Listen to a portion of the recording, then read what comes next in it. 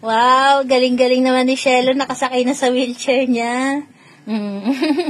Ayan, ginawan po siya ng paraan ni Papa Painan yung wheelchair ni Shelo. Bali, nilagyan niya ng tukod sa unahan. Ayan, nilagyan ng PVC. Tapos, ayan. Kaso po, mapapansin natin na hindi pa rin sanay si Shelo. Kumbaga, ilalagay ni Papa Painan dyan pasaglit-saglit para po masanay lang siya. Tulad niyan ngayon. Siguro mga ilang minuto, nakaganyan si Shelo para lang masanay. Pwede rin naman po yung paa niya sa likuran. Pwede rin naman po isabit kasi ayan, turo mo nga pa, ayan yung sabitan.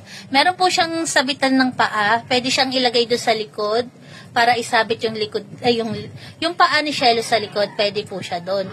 Doon yan pa sa likod sinasabit kung sakaling isasabit yung paa niya. Kaso po, hindi maisasabit ni Papa Fernan kasi yung paa niya nakaunat.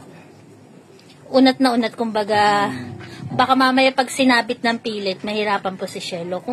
Kaya ngayon po ang gagawin, ganyan muna, sasanayin muna si Shelo na nakalagay sa wheelchair niya. Maraming salamat po kay Ma'am Josie. At ngayon po, nagpapasalamat din po pala ako kay Sir Alan sa panibagong wheelchair po na binigay niya sa amin.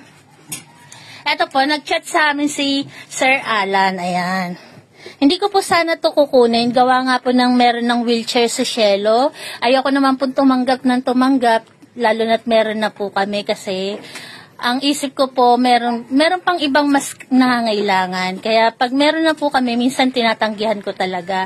Ngayon po, naisip ko, yung par baby ng pinsan ko na si Chito, bigla ko pong naalala na hindi rin pala nakakalakad si Chito. Kaya sabi ko kay Sir Alan, kung gusto niya, hihingiin ko na lang para dun sa par baby ng pinsan ko. At hindi nagdalawang isip si Sir Alan, binigay niya po sa amin yung wheelchair na to.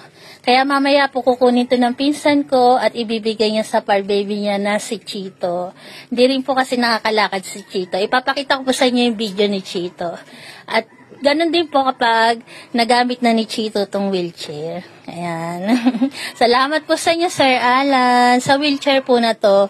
Kasi malaki po talaga to kay Shelo. Kaya sigurado, kasyang-kasya kay Chito. Kasi si Chito po, malaki na.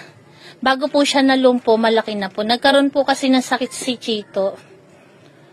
Tapos nung nagkasakit, di na po siya nakalakad. Kaya naman tuwan-tuwa yung par parent din ni Chito.